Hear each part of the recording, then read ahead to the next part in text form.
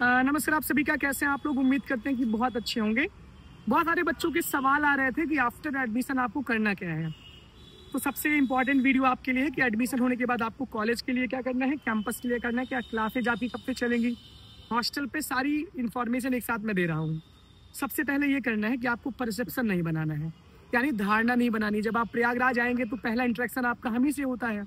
लगातार 2-3 महीने से आप हम ही को देख रहे हैं। तो यहाँ पे एक प्रोपोगेंडा लॉबी चलती है, जो प्रोपोगेंडा लॉबी का मतलब कि डिफेम करने की कोशिश करते हैं लोग बुराइयां करते हैं, लोग इस तरीके से काम करते हैं। वो उनका अपना काम है, वो हमेशा ऐसे करते रहेंगे। जब वो भी नए नए आए थे तो उनके साथ भी ऐसा होता था, तो वो आके हम ही से बताते थे। खैर, ये सब ध्यान देना है और परसेप्शन नहीं बनाने हैं। इसके साथ साथ आपको ये ध्यान देना है कि आपकी जो क्लासेस चलेंगी वो क्लासेज आपकी चलेगी जो प्रोफेशनल कोर्सेज के बच्चे हैं। अभी आपका वेरिफिकेशन चल रहा है, डिपार्टमेंट अपनी फीस सबमिट कर रहा है, और जो आपकी प्रॉपर क्लास है हो सकता है 25 से चल जाए, यानी कि 25 से आपका एक आध हफ्ते आपका हॉस्टल अलॉटमेंट में पूरा मामला जाएगा, हॉस्टल की प्रक्रिया होगी। तो उम्मीद ये करते हैं 25 से प्रोफेशनल की क्लास शुरू होगी, और BA BSc BCom की जो क्लास है वो 1 सितंबर से स्टार्ट होगी। ये पूरा का पूरा पहले बात क्लास का मामला है। एडमिशन होने के बाद जो प्रोफेशनल कोर्सेज के बच्चे हैं, यानी कि जो BVOC है, BA मीडिया है, BVOC प्रोडक्शन है, उसके बाद फूड प्रोसेसिंग के बच्चे हैं, BBA के बच्चे हैं, वो जब आपका फीस जमा हो जाए तो आप ये मत जानिए कि आपका वो एडमिशन फाइनल हो गया, क्योंकि वो यूनिवर्सिटी ड्यूज होता है। कोर्स फीस आपकी अलग होती है। जैसे जो प्रोफेशनल कोर्सेज है उसकी 25,000 रुपये 6 महीने की है, किसी की 30,000 है, किसी की BBMB की ज़्यादा है। तो वो मतलब ये नहीं कि आपका यूनिवर्सिटी में ड्यूज जमा होगा तो आपका एडमिशन हो गया। आपको डिपार्टमेंट में जा करके अपना ऑफलाइन वेरिफिकेशन करवाना है, सारे डॉक्यूमेंट्स के साथ जा करके, उसकी फोटोकॉपी ले जा करके। इसके साथ साथ आपको अपनी DD ले जानी, यानी डिमांडिंग ड्राफ्ट ले जाना है। जब आप अपनी DD ले जाके सबमिट करेंगे 25,000 30,000 की, तब आपका एडमिशन कन्फर्म माना जाएगा प्रोफेशनल कोर्सेज में। ये काम आप करिए, वरना आपकी सीट दूसरे को अलॉट हो जाएगी। उसके बाद फिर ये करना है, BA BSc BCom के बच्चों का अभी कोई ऑफलाइन वेरिफिकेशन मेन कैंपस में नहीं होगा। आप ये बात अच्छे से जान लीजिए। मेन कैंपस में ऑफलाइन वेरिफिकेशन होने का मतलब ये है कि अगर आपका ऑफलाइन वेरिफिकेशन करेंगे वो, तो कई महीने लग जाएंगे उनको, इतने सारे बच्चे एक साथ आते हैं। तो अभी आपकी क्लासेस चल जाएंगी। इसके बाद प्रोसेस इनरोलमेंट का होता है कि जब आप अपना एडमिशन ले लेते हो तो आप डिपार्टमेंट में जो आपको सब्जेक्ट अलॉट हुआ रहता है उसमें जाके आप इनरोलमेंट करवाते हो। इनरोलमेंट जब आप करवाओगे तो आपको सेक्शन अलॉट होगा, section A, section B। Timing रहता है कि 10 से 11 की क्लास, 11 से 12 की क्लास, क्योंकि एक ही विषय की कई सारी क्लासेस दिन भर चलती रहती है अलग अलग टीचर की।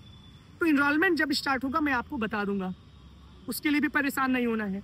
प्रोफेशनल कोर्सेज के बच्चों को अपने डिपार्टमेंट जाके विजिट करना है, वहाँ पे ऑफलाइन DD सबमिट करनी है, ऑफलाइन वेरिफिकेशन करना। लेकिन BA BSc BCom के बच्चों को कुछ भी अभी नहीं, BA LLB के भी बच्चों को अभी कुछ भी नहीं करना है। उनकी भी नोटिस आएगी तो उनको मैं बता दूंगा। इसके बीच आपका हॉस्टल का फॉर्म आता है। लड़कों के हॉस्टल का फॉर्म अलग आ चुका है, वो मैंने बता दिया है। लड़कियों के हॉस्टल का फॉर्म, वुमेन्स हॉस्टल का जब आएगा तो मैं आपको बता दूंगा। तो हॉस्टल के फॉर्म को भरना है। हॉस्टल सारे बच्चों को नहीं मिलता है। जो अच्छी कट ऑफ में रहेंगे, जो अच्छे मेरिट के बच्चे रहेंगे, उनको हॉस्टल मिलेगा। तो ये तो रहेगा कि सारे बच्चों को तो हॉस्टल मिलेगा नहीं, मेन कैंपस के बच्चों को भी नहीं मिलेगा सारे। तो आपको रूम ढूंढना होगा, आपको हॉस्टल ढूंढना होगा, आपको PG ढूंढना होगा, जहाँ पे भी आप कंफर्टेबल रहना महसूस करें।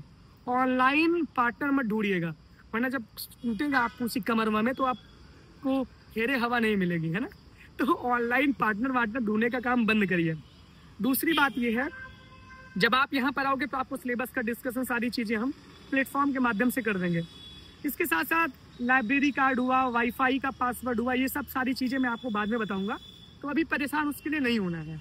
तो BA BSc BCom के जो मेन कैंपस के बच्चे हैं उनको अपना एनरोलमेंट करवाना है डिपार्टमेंट में। BCom में एनरोलमेंट नहीं होता, BCom में सीधी क्लास चलती है। ये सारी जो भी सूचना है मैं आपको लगातार देता रहूँगा। जो कॉलेज के बच्चे हैं, कॉलेज की भी क्लासेज जब शुरू होंगी तो वो अभी एडमिशन आपका चल रहा है। इवन क्रिश्चियन कॉलेज में सबसे पहले एडमिशन के बाद फिर आपकी असेंबली होती है। जो पहली आपकी असेंबली होगी टूकर हॉल में, वहाँ पे बुलाया जाएगा। ECC के बच्चों को ये भी इंस्ट्रक्शन दे रहे हैं कि जब आप वहाँ पे टूकर हॉल में जाते हो ना, जब आपका एडमिशन हो जाता है तो आपको असेंबली के लिए बुलाया जाता है। तो वहाँ पे बहुत सारे ऐसे लोग होते हैं जो आपको अलग अलग ग्रुप्स में जोड़ने के लिए बोलते हैं कि जुड़ जाइए। खासकर लड़कियों को बोलते हैं वो फ्रेशर्स फेयरवेल के नाम पे।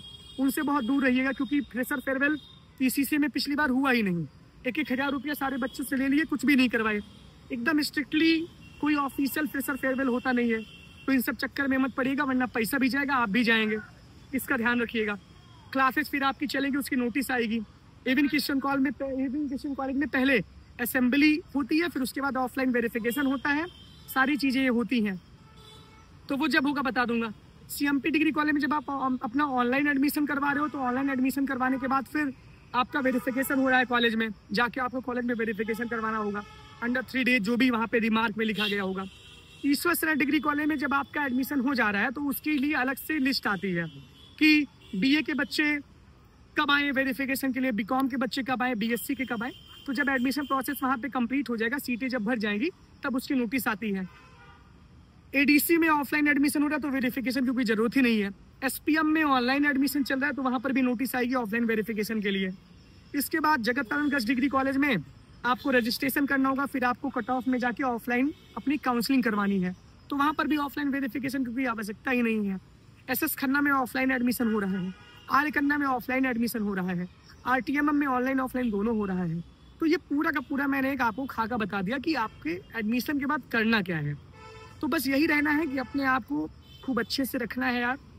आप एक नए छात्र हैं, नए माहौल में, नए परिवेश में आएंगे, तो बहुत लोग परेशान करने वाले मिलेंगे, बहुत लोग ज्ञान देने वाले मिलेंगे, बहुत लोग भड़काने वाले मिलेंगे।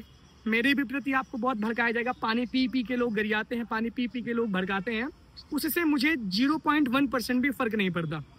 फ़र्क आपको पड़ता है, क्योंकि आपका मेरा से जो कनेक्शन है बहुत अटूट रिश्ता है।